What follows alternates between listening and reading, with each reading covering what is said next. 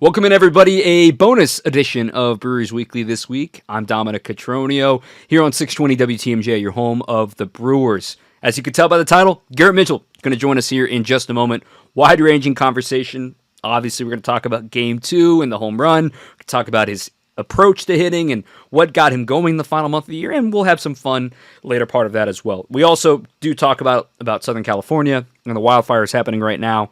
Again, that's always on the top of our minds right now. Garrett does reassure us how he's not personally affected, but it is near home to Westwood at UCLA, his alma mater. So without too much ado, we'll get to Garrett here in just a moment. We'll have a live show Thursday night, 8 o'clock Central Time on WTMJ, another Brewers Weekly to talk about, plenty to get to. And then we'll have a week off because the Bucks are playing, and we'll be live from spring training in about a month's time. So it's going to be here before we know it. Garrett, really do appreciate him spending some time with us here on WTMJ. If you like this, let us know. We'll put some more out there, hopefully, in the coming weeks as we lead up to spring training. It's a great time for access for us here at WTMJ. And leave a like, leave a comment. Even on the podcast side of things, a rating and a review goes a long way. It helps a lot more than you realize. So it's something that we're looking forward to, bringing you the best Brewers content here in 2025. With that being said, let's kick things over to Garrett Mitchell. Welcome in, everybody. Very special guest. You saw it in the title. Garrett Mitchell joining us, a little off-season edition bonus episode of Brewers Weekly here on WTMJ.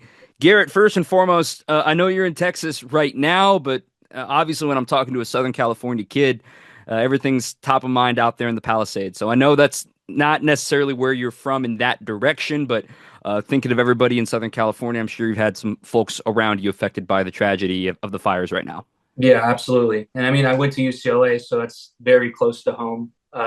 So I know people who are from Southern California, Los Angeles. I mean, you got other guys even on the team who are from near that area as well. So it's obviously a very scary time right now. You hate to see our world dealing with something like that, especially when you don't know really if it was started by somebody or if it was natural causes. But yeah, very scary time. You hate to see things like that happen, especially that close to home. Thank goodness my family and Haley's family are safe and away from that.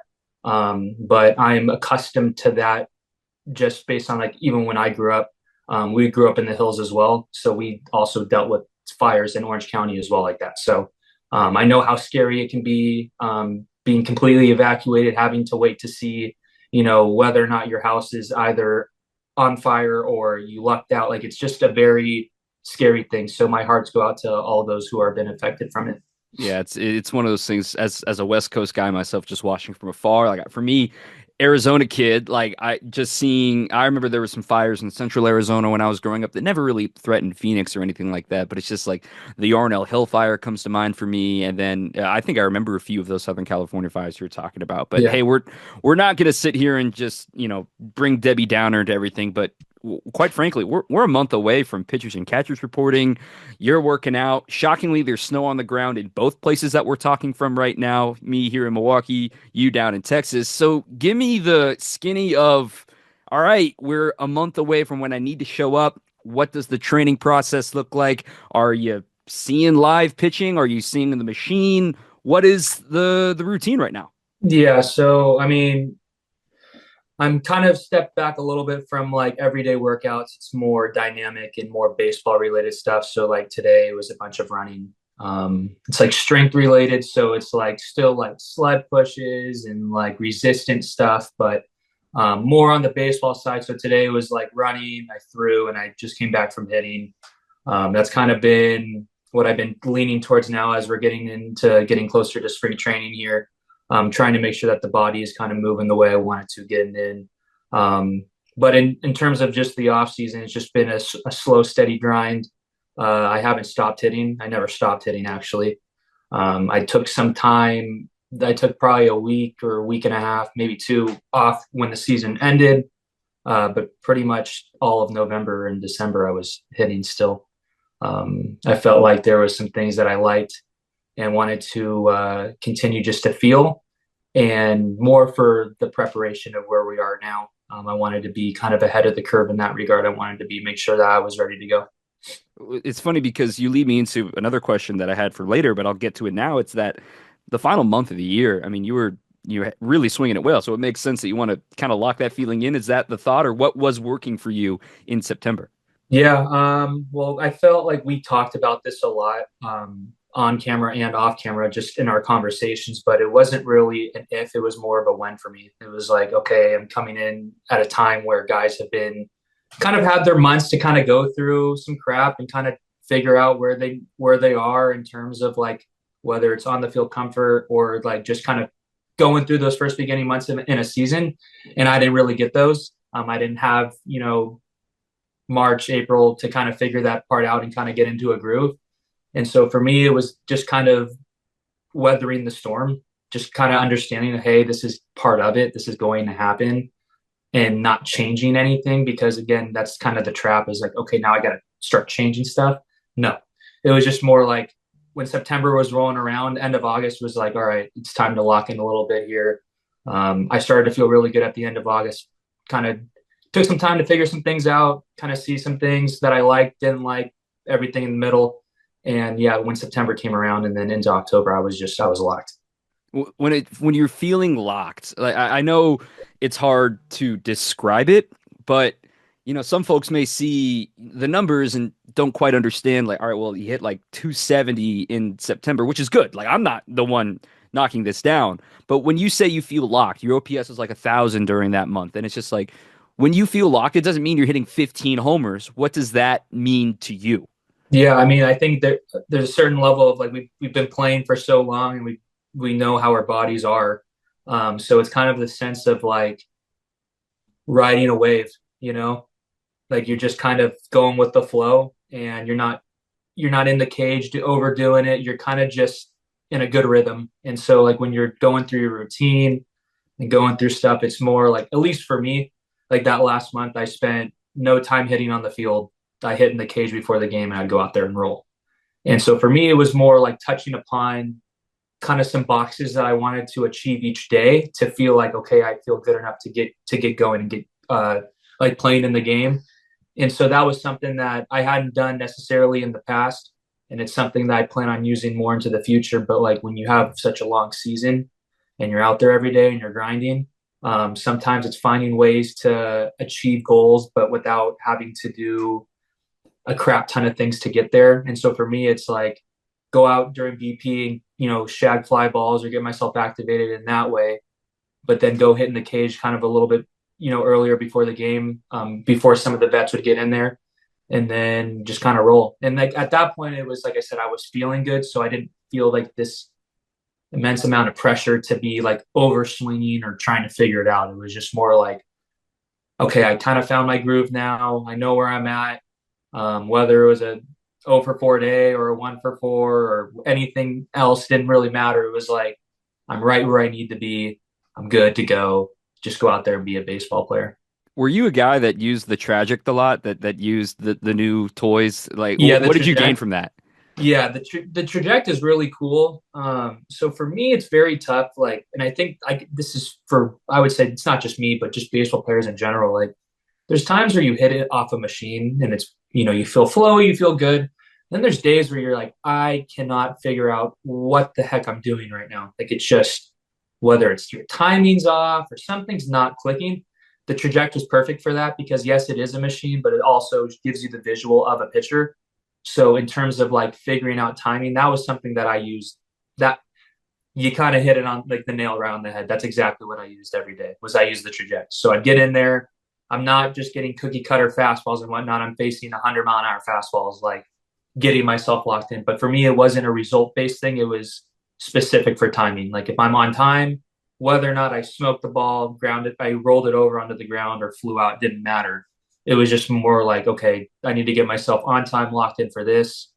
And as always, it's like, okay, this is interesting. This will be kind of a weird thing, but like it's almost easier facing the pitcher in the game than it is facing it off the trajectory. And Interesting. not necessarily in terms of results, because like I could still go out there and strike out and whatnot, but in terms of like overall challenge, feeling like it's harder to hit off a machine like that because again, you're getting the best version of that pitcher. Like you're getting the extreme. So it's like if it was one of our guys, like a McGill, who there's 101 or 102 with 22 inches of vert, like that's what you're getting. You're not getting like the oopsie 95 or 97 with 15. You're getting 101 or 102 every time with 20 plus, and like that in itself is very challenging, you know. So it's like it felt like when going into the game, you're almost set yourself up for success in that way. And there's been times in some of those where I've had traject like at bats before, and I've done good things off the pitchers in the game. So definitely helps. Yeah, I mean, it can't hurt at certain points where it's like one of the things that you can think about when you know he's got this hammer of a slider. I have a feeling I know what this pitch is going to look like when it comes to me, or the shape of it. But at the end of the day, you're seeing that nasty slider from, I don't know, throw in Jacob deGrom. I know we didn't see him this season, but like you can just get eyes on what the best one is supposed to look like. It's almost like overload training. Like if I'm thinking of a sprinter running downhill, or if I'm thinking of a golfer swinging a heavier club, it's almost like overload training for your eyes, if that makes Yeah. sense. Is that a good way to look at it? Yeah, well, I'll give you a perfect example. That game against Arizona when we came back on that last game of the series, Mm-hmm. I was in hitting trajectory before I went out there, and that's legal, by the way, in Yeah. terms of like I by mean, the rules. also a But lot of teams have it now too. It used to be like a little yeah, secret, like, ooh, we don't know who has it. Now, like almost everybody has it. yeah, and so I just remember like both of those at bats because I think it's like I don't know what specifically what the rules are, but guys who are not starting in the game or like a DH are allowed to go back there in and out of the cage. And so for me, it was like I pinch hit in the sixth inning or fifth inning or whatever it was. So I was already in there before. So when I got my first at bat, I had already seen pitches off of I forgot who it was at the time, but like It got was to left like on left, right? Mantiply? Mantiply was the last at bat. I forgot who pitched first. I forget his name. Sidearmer. Oh, Thompson. Thompson. Yep, that's exactly what it was. So I think I was in there maybe 5 minutes before I faced him, you know, It's like helpful. like right before. And so it's interesting how, like you set yourself up looking for certain pitches. Like, right, I'm in there hitting fastballs. I'm not like getting every mix of every pitch. I'm just like, for me, I've always been a fastball aggressive guy. Like I'm always looking for the fastball and I adjust to off speed. So if I'm on time for fastball and I recognize spin, I do a really good job of hitting curveballs. I'm able to like slow my body down and adjust. And so when I'm in there, I'm mostly hitting fastballs. So it's like it's not perfect because I might not get a fastball, but like on the off chance I do get a fastball, I've seen the fastball 27 times already, and I'm locked. You know. And so like by that point at the end of the year with all that stuff, like the trajectory was my best friend. Like I was Mm, hitting on thing every day, grinding nice. my butt off, whether it was good or bad or somewhere in the middle. It was like, all right, let's just see what I got today. But it always started with that's how I was going to get myself locked for the game. Yeah, I mean that's a perfect endorsement of it right there, of why you would want to keep it and why you would want to use it. I think I've now made it legally far enough into the interview to ask you about game two and to ask you about the home run, because I know you've been asked a million times about it, but it's just like I know your feet have finally come down now, because that's what you said in the quotes, where Yeah. it's like, I don't think I've come down yet. A, how many times have you watched it? And B, when you sit back, and I know the series didn't end the way anybody wanted, but when you look back that you're now a part of a moment in this Brewers franchise history that's going to live forever, regardless of how the series ended. How does that Yeah. feel? Um, it's bittersweet just because it didn't end the way we wanted to, of course. So it's like it's a great moment. And to answer your question, I probably was up till 3 in the morning watching it when it had happened originally. So my feet hitting the ground, I didn't even really realize. But like into the off season, I haven't watched it a ton. Like there might be every once in a while I'll go back and look at it. And like I said, because for me it's not even the homer that I'm watching; it's the moment, like everything else that's happening around it. That's the part that it stands out to me. It's not like hitting the homer is cool, of course. Like I'm not going to sit here and be like, oh no, the homer was not cool. It was awesome, but when watching something like that, it wasn't about the homer, but it was like I said, it's like enjoying it with the fans or my teammates. Like that was the part that was cool for me. Um, but like I said, that was kind of like the when the season ended was like my I'm not going to stop hitting because that moment is what I want. Like Hmm. I'm getting myself prepared to do that every day. That's how I want to go about my business. Whether or not I get that moment every day or whether or not I'm up, none of that matters. But just more like you work your tail off all year long for a moment like that, and it makes you want it again and again and again. And so that's the part that's like it makes you want to get in the gym. It makes you want to go to the cage. It's like that's what us as baseball players, we dream of those moments, you know? And so like when saying that, I remember like in that interview, it was like you do dream of moments like that. That's like your whole childhood. Like I think back on the players that I've watched going through moments like that, or even guys that I watched doing that I play right next to every day. Like it's just it's kind of crazy how it all comes full circle. But yeah, I just like that was a really cool moment and I enjoyed it. It sucked that we didn't end up winning that game, but I mean, like I said, that's baseball too, you know, like it just happens that way, you know? Amen to that. Is there a formative moment like in your young baseball fandom of like a moment like that where I know you, if you're not mistaken, Angels fan growing up, Yeah. right, given right Yeah. down the road, but like, was there a moment like the '02 World Series? You had to be really young for that, but or there was something that like, whoa, I can do this as my life too. Yeah. So, I mean, I was 4 when that happened, but like I've had the opportunity to spend time with like Adam Kennedy or Garrett Anderson, like guys like that. So my dad had we had season tickets in left field. So I could I think Garrett's probably given me more balls than he would even know. But like his son and I went to high school together. So I spent time with him there. I played for Adam Kennedy in travel ball when I was in middle school. So there's like guys that I've actually spent time with that I've watched play my whole life, you know? And so I feel like it's like those types of people when like growing up and you're kind of going through your stardom of baseball or like your aspirations of going forward, like playing, whether it's professionally or just to get to college or whatever it is. It's like those moments that you have with guys like that when you're young really shape you when you get older. It's some of it's like you don't understand the perspective because you're not in it, but in hindsight, like once you go through it, you start to understand it a little bit differently. Like I'll give you an example, like being a kid when guys wouldn't sign autographs. That's a weird one for me because there's times and moments where it's like I'll sit there and I'll sign all day long and I'll sign each person down a line, or there's days where I don't do it. That's like a interesting one because I remember when I was a kid, it was like, oh, this sucks. But then like being in my position, it's like sometimes it's like, well, sometimes you got to be that way because people take advantage of that. So it's like there's some things you don't necessarily understand when you're outside of it versus when you're in it. But there's a million things I could tell you that about, but that's just the one that came to mind. Yeah, absolutely. I think of it all the time where I see you do it a lot. I see Sal do it. I mean, not just to name two guys, but you guys are always signing. And I think that's just one of those cool little things of like full circle because we've all been that kid on the other side of the net. And look, I mean, you're still in your 20s. I can still call you a kid because I'm only a couple years older than you. But the thought with the youth of this team right now, you being a big part of it, Sal, like we mentioned, Perkins, and you've got obviously the Wonder Kid and Churio too. When you look around, it's kind of funny in Churio's case in specific. Like when you were 20, you were tearing up UCLA. He's 20, he's tearing up the show. And you and Sal are both college hitters, and you kind of look at each other like, what the heck? And you're looking around, and you've got the experience and Yelly blending it all in this outfield room together, where it's like there's the young guys, and then there's the old vet there. And I'm not calling Yelly old. Don't come at me there. But at the No, same it's time, okay. He's old in all comparison right, to you us. said He it. is. We're all. But you're right though. Like yeah, yeah, Yelly's the perfect guy for that because he is not the one who cares about like his voice being heard, but you know when he speaks up, you should listen. You know, Mhm.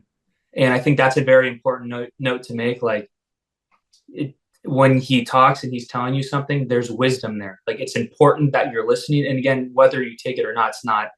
That's up to whoever. But like I said, there's a lot that you can learn from even guys like again like a Reese or a Willie. Like it doesn't you don't have to be in the show for 10 years to have that. It's like you're constantly learning whether it's from the guy who's in the same moment as you or at the same time, a guy only a couple years or a guy who's been in the show for 10 plus years. Like you're constantly learning. It's never ending, you know? Hmm. And I think the time you turn off your ears and you stop listening, you're screwed because like I said, the moment you're comfortable and you think that you got it all figured out, you Hmm. know, You don't get 10 years of service time by accident. That's Nope. for sure. Mm-mm. That's the heck of an accomplishment for Yeli's career, and he's still far from done. I was looking back. Speaking of Yeli, I was looking back at your MLB debut back in 22.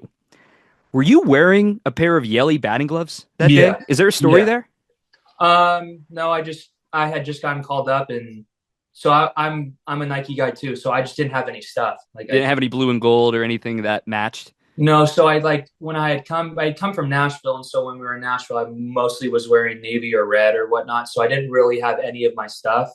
But I had just asked, "Hey, you cool if I wear a pair of your band?" He goes, "Yeah, yeah, no problem." Yeah, no big deal. And then you Yeah, get a knock and you get RBIs and you can say that and you got the 22 there. And I just noticed it just randomly like, yeah. wait a minute, he's wearing Yellow's gloves. That's pretty fun. And I When you waited look a back, couple days too. Like I started, so you've seen it now. I usually wear yellow. Like I don't wear a ton of navy blue. I like to wear yellow. It's kind of like I think the one color that flashes or pops the most. And so the first like I want to say the first couple games, I had gotten pretty much all of the first out of the way, hit, RBI, stolen base, homer, like pretty much gotten everything out of it. And I was like, okay, well, before that, I was like, I'm not going to wear anything flashy or anything until like I actually show that I can do something. And so after I got that, I started wearing my stuff. But yeah, Yelly came up clutch with that because I didn't really have much to wear. I had maybe a couple cleats and then my glove and whatnot. But in terms of like some extra stuff, Yelly helped me out for that. So, but he's always been like that. He does that for other guys too. And it's always nice. It's refreshing when you have, like I said, a leader like that who would basically give you the shirt off his back if you ask, because he cares for others, you know? yeah, I'm going to start landing the plane here and get to some fun stuff and have a little fun segment at the end for you here. But I also want to give a chance for you to set the record straight because Murph has told this story a couple of times now, especially now that he's manager of the year. When you were on first base at Dodger Stadium, Freddie Freeman's holding you on, and Murph yells to Freddie, "Can you tell Garrett to steal?" I'll just give you the floor. Did that really happen, or what was actually going down there? No, that actually happened. Yeah, no, that was real. That actually happened. My only defense to it would be I think that was my maybe my fourth game back. Yeah, you were right back. It And was that my, Colorado LA trip.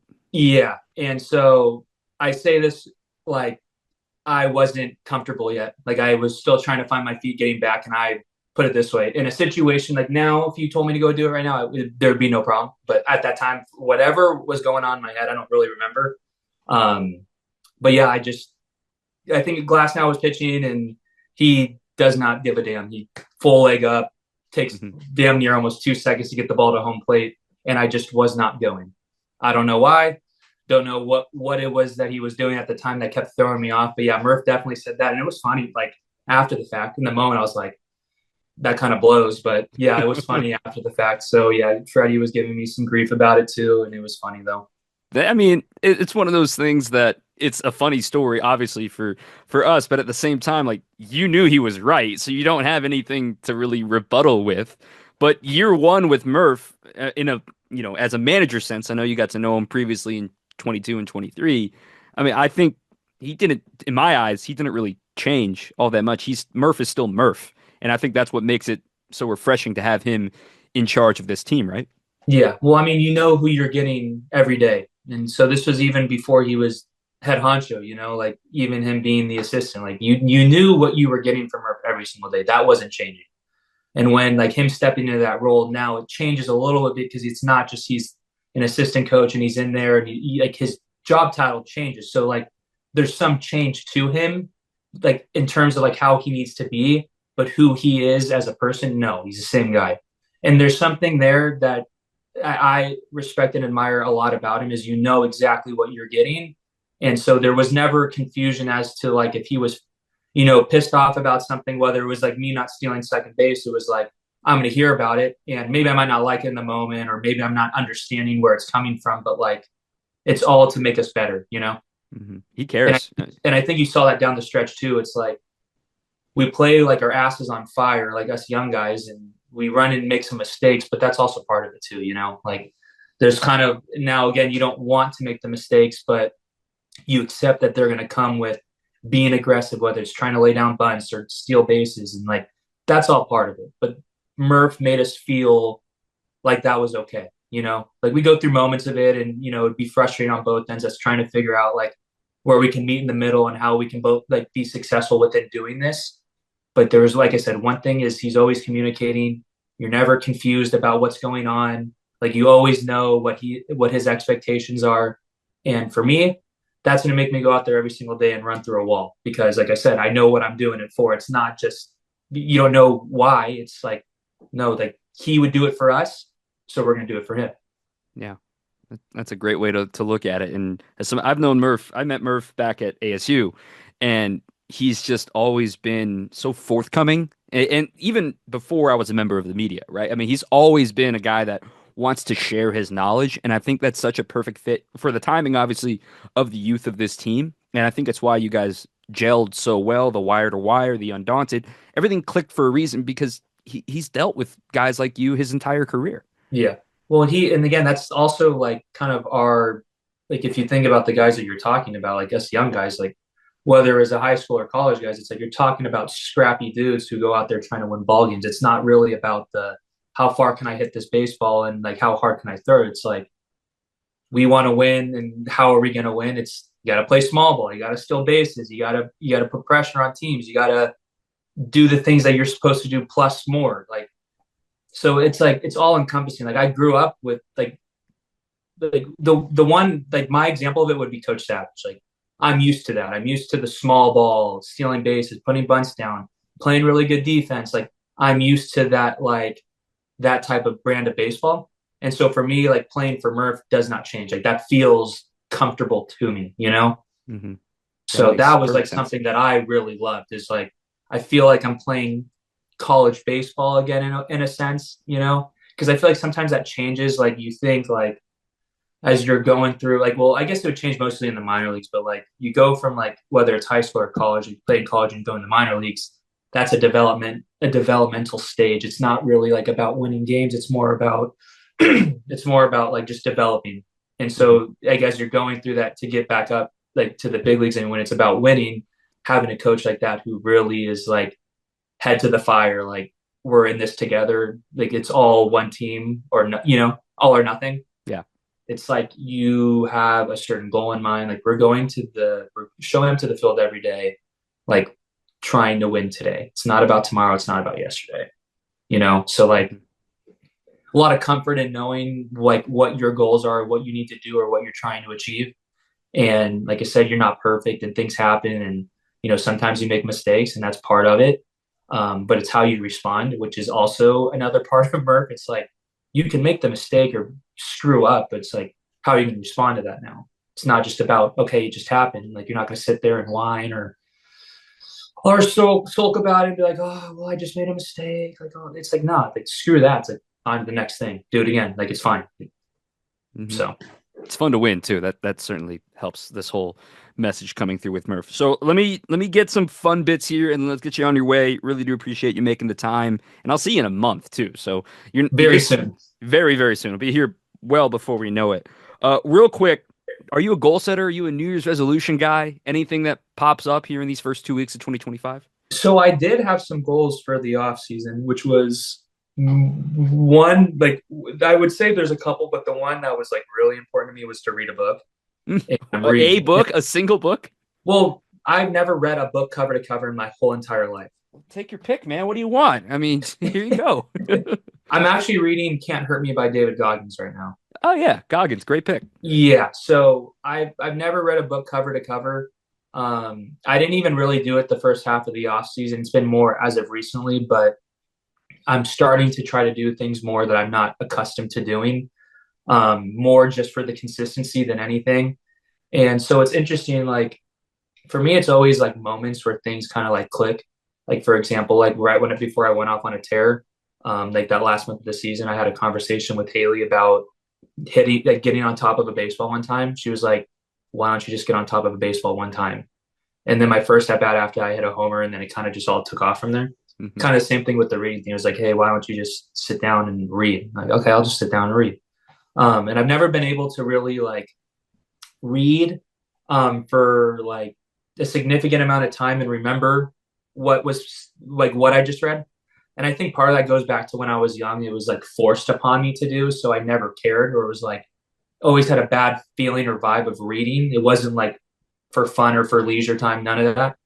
And so now that I'm doing it, I understand it a little bit more. Now it's by no means like still great, but I'm working towards it. And so for me, that's the part that's important, not really like, oh, how many books did Garrett just read this offseason? It's like, no, it's about like taking a step forward into something that you're not comfortable doing or you don't really like and just giving it a try.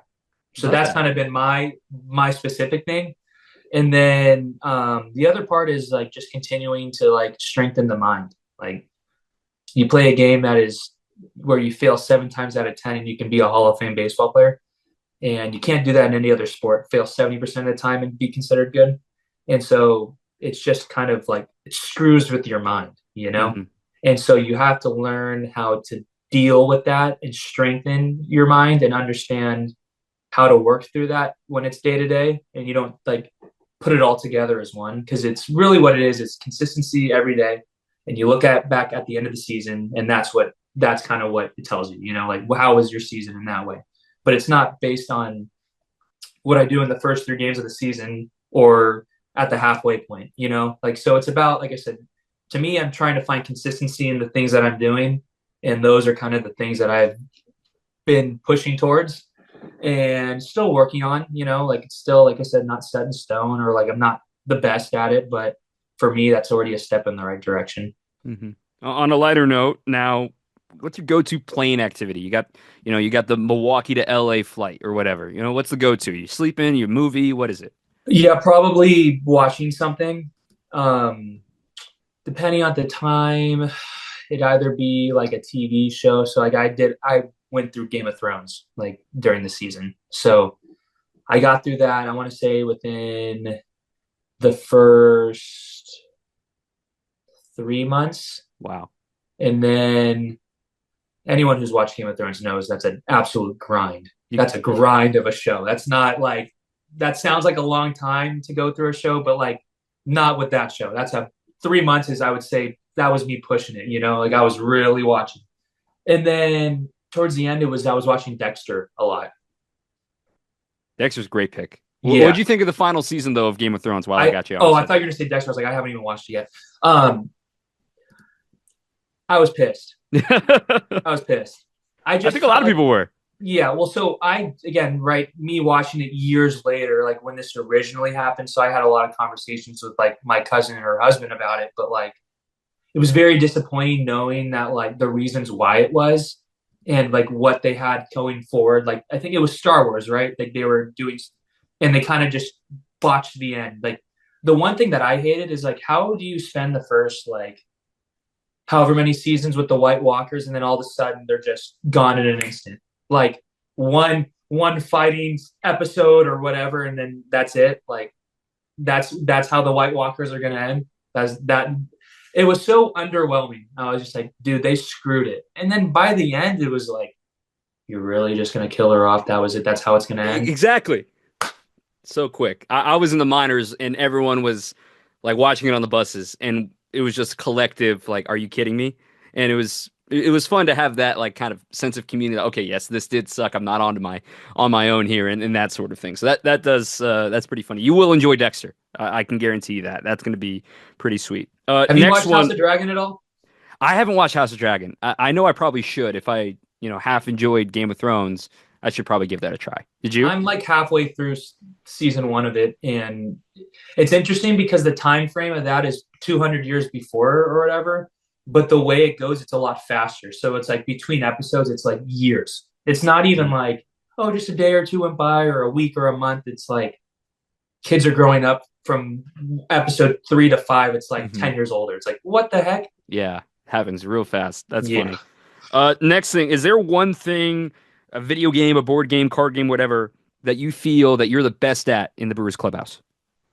No, I'm not a big card guy in general. Not a big gambler. One game I have been playing a lot of is Cards and Marbles. I don't know if you've ever heard of Cards and No, I haven't. Marbles before. You'll have to look it up after. But Okay. that game I've been playing a lot of as of recently, and that's a lot of fun. Maybe I'll bring that into the clubhouse because I feel like that's a fun game that really like anyone can win. You know, I Mm. feel like with gambling, like obviously it's not like anyone can win in gambling, but it's like for a guy who doesn't gamble versus a guy who gambles every day, I think Yeah. who's probably going to win more consistently. With cards and marbles, if you understand how the game works, which is really simple, it's like a game they can play with either 2, 4, 6, or 8 people, and you're basically just having to make your way around a whole entire board. And based on the card you get is how many times you move, and then depending, like there's certain cards where a jack you can move 11 or switch with somebody, or the king you get out and do this and that.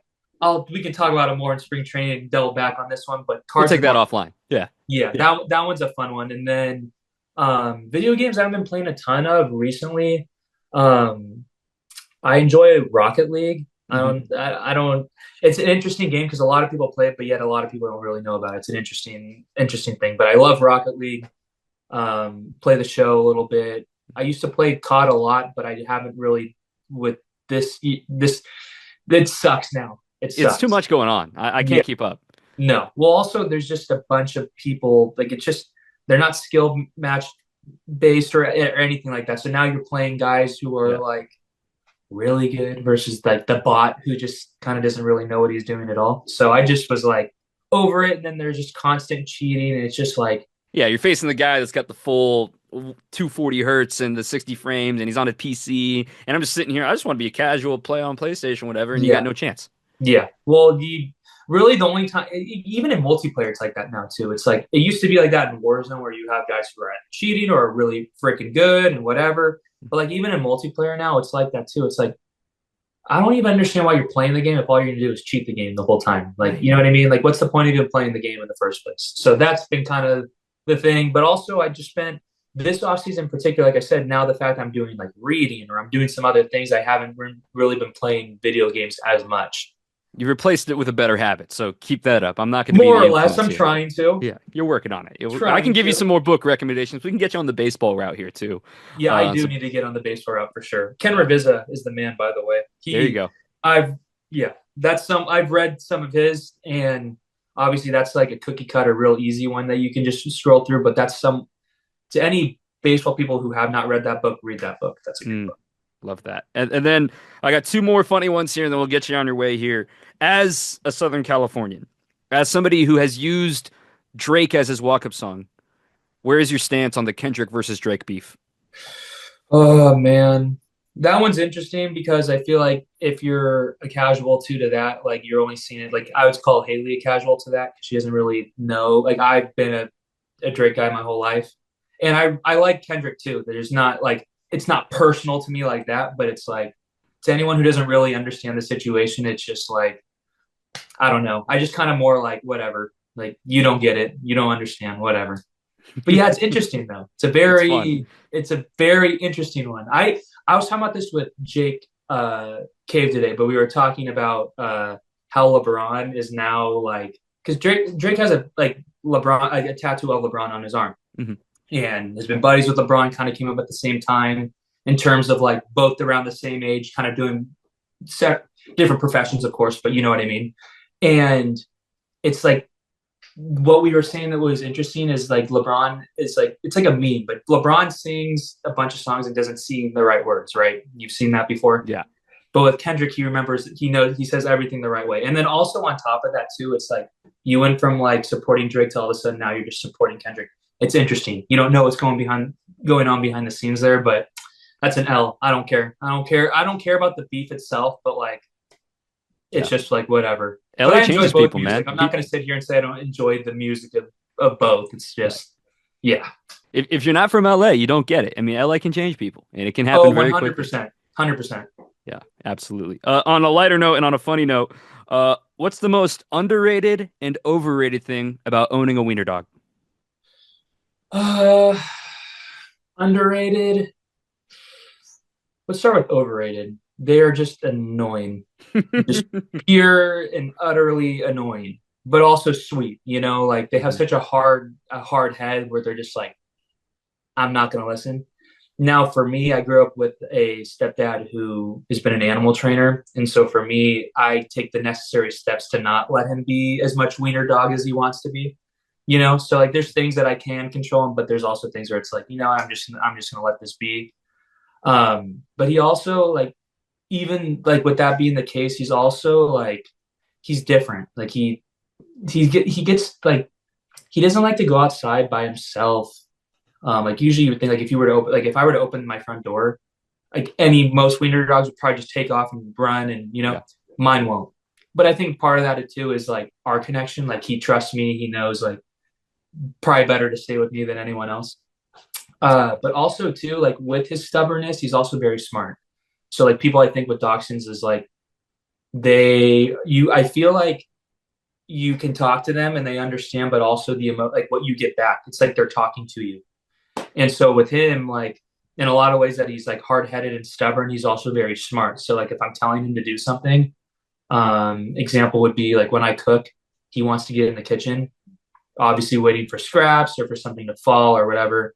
And I'll tell him to get out of the kitchen. And so he'll stand like, say this is like the end of the kitchen or like the tip of the kitchen or whatever. He is like this. He is like on that line of like, okay, I'm gonna sit here, but like come on, I'm give me ready. some. So I would say those are like the fun things about him. But he's like the coolest dog ever. I love him. He is like annoying to me in the house, but when we go out, I don't think I've ever heard someone be like they're always complimentary of him, just like, wow, he's so well trained, or so like he's just so good, he's so fun, he's so cute, whatever it is. And I don't think you hear that many, I don't think you hear that much with wiener dogs. It's not really a thing. So to me, it's kind of nice to hear because I'm like, okay, like I've done a good job training him enough to like make him understand, but he's still like fun and he just screws around. And like I said, I think that's the part that makes him the most fun though too. Like that's what Yeah. wiener dogs are. And Haley grew up with them her whole entire life. So it's like normal to her. And I never grew up with them. So it's just like trying to find the balance of that. Yeah, I grew up with two, so I totally get the feeling. And I know you met my girlfriend when we were in Oakland, Mm-hmm. and she still is like, "Well, hey, Garrett's got a weenie. Why can't we get one?" So she's still using your sales pitch for us to get a wiener dog one day. So that might Yeah, happen. I pretty much had no choice in the matter. I just was like, okay, sure. But for me, I don't, have you ever like spent time around like, I say it like it's normal when it's not, but like a wolf hybrid, So like a big dog, like a real, like an true, like actual, hunting dog. so a hybrid would be like a mix of a wolf and something else. I haven't spent a lot of time. I have met wolf hybrids, but I have not spent time like with them. That's what I want. I think that Yeah. checks out. You know, Yeah. you Well, go like from I this said, I tiny grew up, little dog, everyone goes, "Oh, it's so cute," to "Give me the dog. Give me the real dog." well, I think of it as protection, but also like I said, a level of like brain. So like even like like I wouldn't want a Malinois, like super smart, but like really out there. Same thing with the hybrid though. Like you're dealing with a damn near a wild animal. Like it's not like it's just a Yeah. Rottweiler or a Doberman. And I also want like one. I really liked Rottweilers. I don't like that they don't have a very long lifespan. So it's not like a dog I would want to really have. Like I think a Doberman would be a good place because it's almost like the large version of a wiener dog, if that makes sense in Yeah. terms of like how they are. Yeah. And Loyal. so, but I've always wanted a wolf hybrid. That's a crazy one. But yeah, I'm kind of, like I said, I've spent time with like tigers, wolves, lions. Like I've been around a lot of different animals. Sounds like another podcast down the road to unpack all of that. I'll give you one more thing, one more bit. My stepdad had to save someone from an ostrich. I saw an ostrich almost kill someone. My stepdad had to save this dude who, the rule is with an ostrich, you never walk with your head back, like not looking at them. So if it was behind me right now, I'd have to walk like this. But if you walk away from them, not looking, they'll charge you. And this guy, I don't know why he wouldn't know that. Like I said, I'm a teenager knowing this, and I'm telling you, as soon as his head turned, pounces at him, and my stepdad goes flying over this gate to save this dude. It was crazy, crazy. That's actually insane and terrifying. So I'm never going to be around an ostrich ever in my life, to say the least. Real quick, I mean, we started with the traject system and now we're ending with ostriches, but I'm saying goodbye with this. One thing I'm going to do this season in all my interviews is I'm always going to turn the mic back to you. Say, do you have any questions for me? Meaning the media side, just the whole world of what we need to do to get ready, or you can have nothing. That's totally fine. I'm putting you on the spot, but this is what I'm going to do with every interview is like, do you have any questions for me as like what you would do for maybe in like a job interview one day? Okay, I like that. I'll give you an easy one, I feel like. What's like something good and bad with the job? Mm, good question. I would say the bad is like the hours because, nights, weekends, holidays is part of the gig when you're working in sports. So you kind of got to wear it, get used to it. Like, for instance, I'll have like there's a concert I really want to go to, right? And I live across the street from Riverside, but it's like we play at 6:40, so hang with them, bud. Or like Yeah. there was a concert, like I made it with like 20 minutes to spare this year because we had a day game that ran long, but I still got to factor in like an hour and a half for the post game show. So it's not like the scheduling can be tough. But Yeah. the good is like, hey man, I'm chopping it up with you. We went past time of what I thought we were going to do, but chopping it up with guys like you, getting to experience some of the coolest moments in franchise history and having some fun with that sort of thing is, I mean, as a baseball nerd and as a sports sicko, like, yeah, it's the coolest job ever. That certainly outweighs the bad stuff of it. Yeah, it's a good question. Do you want any more, or do you want to just leave it at one? But you can do one more if you want, but then we'll wrap it up because I Okay. feel like you Well, got one more, don't you? I mean, I could sit here for hours. You know what's funny is like we could say, hey, do this from this time to this time, or it's only going to take this amount of time. I don't care. None of that You're the stuff man. matters to me. I'm always down for a good talk. So I mean, I'm Well, always. we can do this in January. We can't exactly do it in like July, Yeah, in the that's heat of fair. That's things. fair. That's fair. Yeah. So what Okay. you got?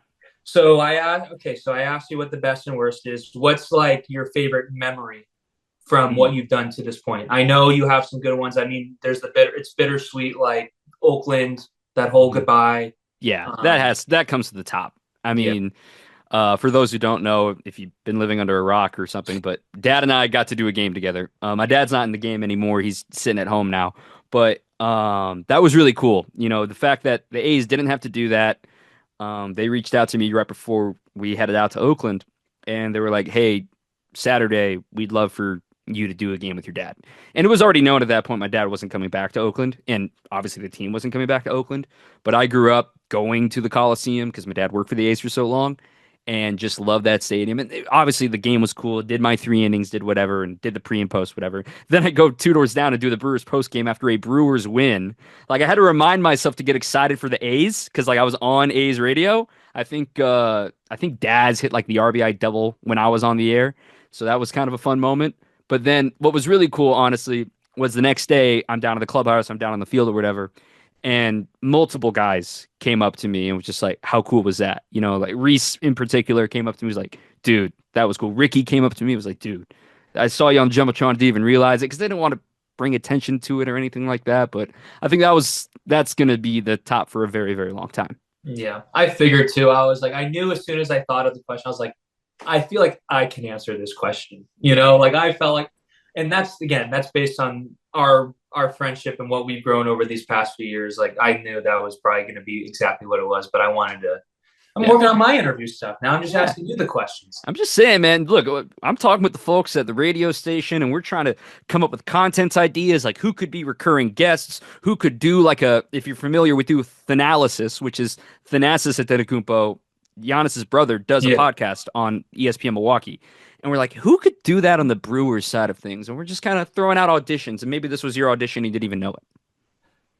I feel like I could do it. I've thought about it too, honestly. Yeah. It's funny, I have this like real in between of like I like to show my personality to the world. Obviously, you've seen my social media enough to know that I've done enough where that is, but then I'm also like the guy who wants to be under a rock and nothing what's going on. So I Yeah. got to find the balance to that, but yeah, it's either podcast or die pretty much is what it sounds like.